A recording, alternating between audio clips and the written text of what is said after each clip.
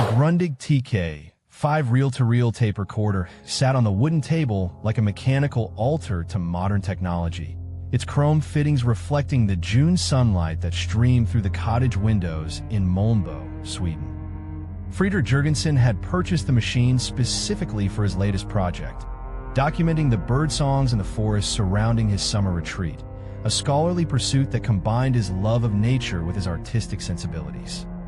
It was June 12, 1959, and the 46-year-old painter and filmmaker had risen early to capture the dawn chorus of finches that nested in the oak trees behind his property. Dr. Konstantin Raudive adjusted his wire-rimmed spectacles as he examined the technical specifications printed on the recorder's instruction manual. The Latvian psychologist had arrived the previous evening at Friedrich's invitation, drawn by their shared fascination with the boundaries between science and the unexplained.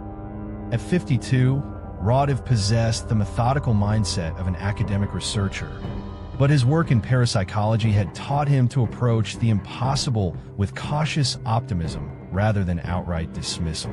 The frequency response is remarkable for a consumer device, Raudive observed, running his fingers along the machine's sleek housing. 20 cycles to 18,000 cycles per second. If there are sounds in nature that exist beyond normal human hearing, this equipment should be sensitive enough to detect them. Friedrich threaded the magnetic tape through the recording heads with the practiced precision of someone accustomed to working with delicate equipment. His background in film production had given him intimate familiarity with recording technology, and he approached each session with the same attention to detail he applied to his artistic endeavors. The morning air carried the sweet scent of wildflowers and the distant sound of water moving over stones in the nearby stream. "I've noticed something curious in my previous recordings," Friedrich said as he adjusted the input levels. "Occasionally, there are sounds that don't match the environmental audio, brief whispers or utterances that seem to emerge from the background noise itself. I initially attributed them to radio interference or mechanical artifacts in the recording process. They positioned themselves approximately 20 feet from the recorder, far enough to avoid contaminating the audio with their own breathing or movement, but close enough to monitor the device's operation." Friedrich engaged the recording mechanism, and the tape began its slow revolution around the twin reels, the magnetic oxide surface ready to capture whatever sounds the sensitive microphone detected. The morning chorus was spectacular. Thrushes and finches filled the air with their territorial songs, while the underlying soundscape included the gentle rustle of leaves in the light breeze and the distant murmur of the stream. For 37 minutes, they sat in companionable silence, occasionally making notes about particularly interesting bird calls or environmental sounds that might enhance Friedrich's artistic documentation. When the session concluded, they returned to the cottage to review the recording. Friedrich rewound the tape and began playback, both men listening intently through the high-quality speakers he had connected to the system. The bird songs emerged with remarkable clarity, each species distinctly audible and beautifully preserved in the magnetic medium. Then, at approximately 14 minutes into the playback, they heard something that shouldn't have existed. "Friedel," came a voice from the speakers, faint but unmistakably human, speaking in Swedish with an accent that Friedrich recognized with a shock that left him physically trembling. "Friedel, can you hear me?" Raudive immediately stopped the tape, his scientific training taking precedence over any emotional response. "Friedrich, that voice, do you recognize it?" Friedrich's face had gone pale, his hands shaking as he reached for the playback controls. That's my mother's voice. She called me Friedel when I was a child. But she died 4 years ago, Konstantin. She's buried in Stockholm." They rewound the tape and played the section again, this time taking careful notes about the audio characteristics. The voice emerged from what appeared to be empty space in the recording, a moment when no birds were singing, when the environmental sounds had dropped to a minimal background hum. The vocal quality was distinctive, slightly compressed, as if filtered through some unknown medium, as clearly recognizable as human speech. The frequency characteristics are unusual, Raudive noted, his scientific mind engaging with the mystery. The voice appears to occupy a narrow band of the audio spectrum, roughly between 800 and 3,000 cycles per second.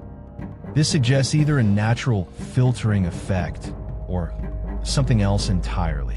Friedrich played the section repeatedly, his artistic ear analyzing the nuances of the voice while his heart struggled with the emotional implications.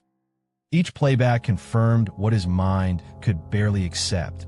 His deceased mother was somehow speaking to him through the tape recorder, using the pet name she had reserved for their most intimate conversations. "There's something else," Friedrich said after the 7th playback. "Listen to the way the voice emerges. It doesn't interrupt the environmental sounds. It seems to weave between them, finding spaces in the audio that shouldn't exist."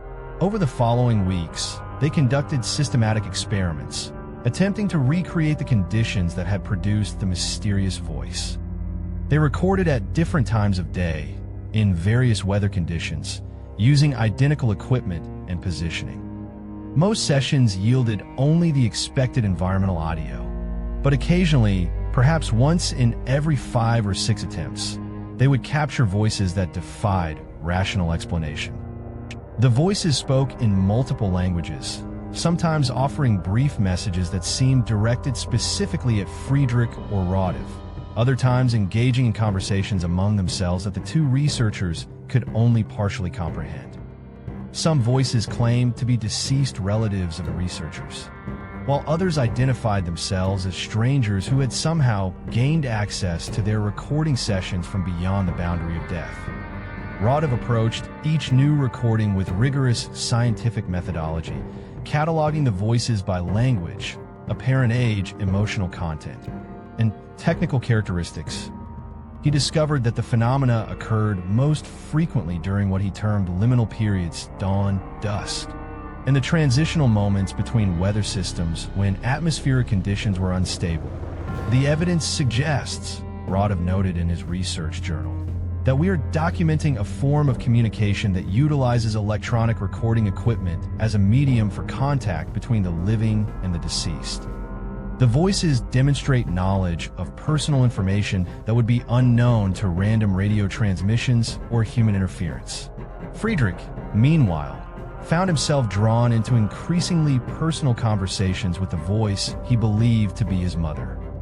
She spoke to him about events from his childhood that no living person could know, offered comfort regarding his artistic struggles, and provided guidance about decisions he faced in his professional life. The emotional impact was profound, but it came with a growing sense of responsibility that weighed heavily on his conscience. "Konstantin," Friedrich said during one of their evening discussions, "if we are truly communicating with the deceased, what are our obligations to them? Are we providing a service by offering them a means of contact with the living world? Or are we interfering with whatever natural process governs their existence after?" Raudive had been wrestling with the same ethical questions. His background in psychology had taught him to consider the mental health implications of prolonged contact with apparent voices of the dead. Yet the evidence continued to accumulate, defying conventional explanations and challenging fundamental assumptions about the nature of consciousness and survival after physical death. The breakthrough came during a recording session in August, when they captured a voice that provided specific instructions for improving their recording technique. The voice, which identified itself as a deceased German physicist named Klaus Müller, explained that the communication process required precise frequency modulation and that their equipment could be modified to enhance reception of what he termed transdimensional audio phenomena. Following Müller's instructions, they adjusted their recording procedures, incorporating radio receivers tuned to empty frequencies and creating controlled electromagnetic fields around their recording equipment. The results were dramatic. Voices became clearer, conversations more coherent, and the number of different entities making contact increased exponentially. But with greater success came greater challenges. The voices began making requests, asking Friedrich and Raudive to contact living relatives with messages, requesting that specific actions be taken in the physical world, and occasionally providing information about current events that the researchers later confirmed to be accurate. The boundary between scientific research and spiritual mediumship began to blur in ways that made both men increasingly uncomfortable. The most disturbing development occurred when the voices began demonstrating knowledge of the researchers' private lives that extended beyond what could be explained by continued consciousness after death.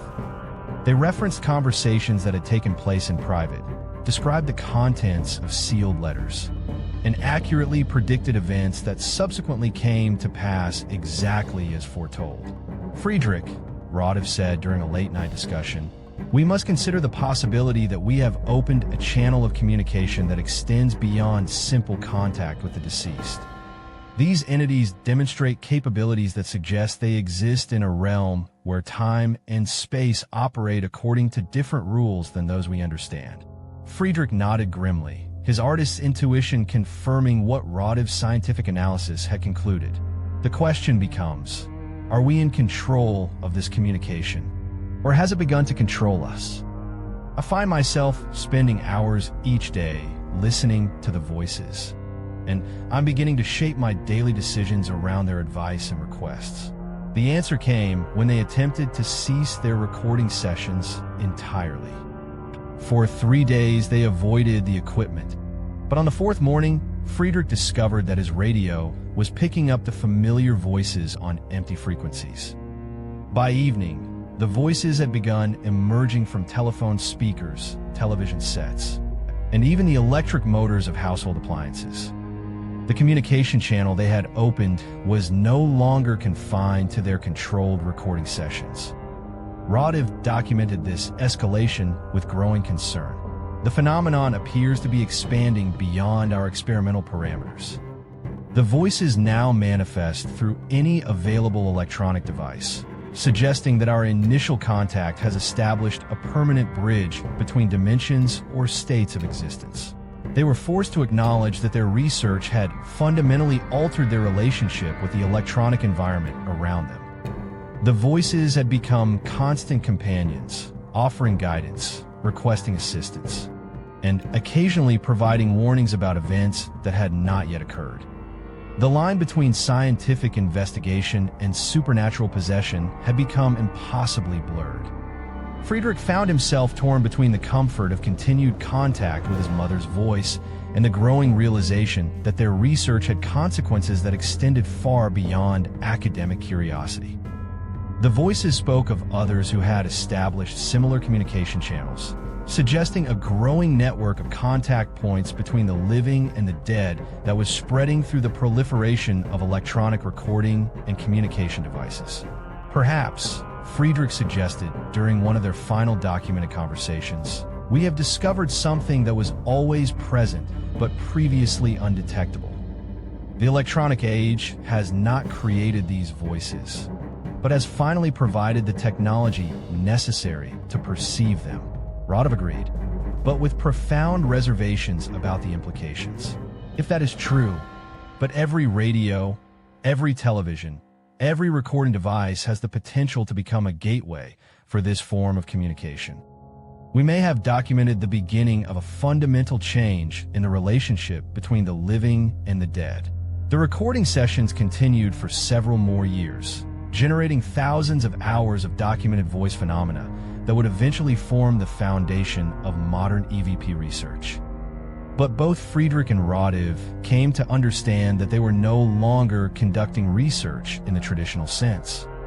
They had become participants in a form of communication that operated according to its own rules and served purposes that extended beyond human comprehension.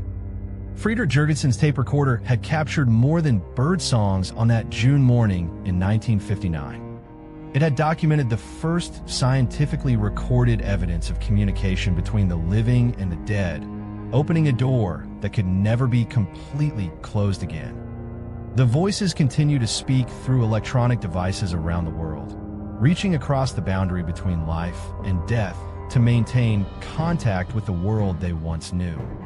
And somewhere in the vast archive of recordings that Friedrich and Konstantin left behind, The voice of a mother still calls her son by his childhood name, offering love and guidance from a realm that exists just beyond the edge of human understanding, accessible only through the mysterious intersection of electronic technology and the persistence of consciousness beyond physical death.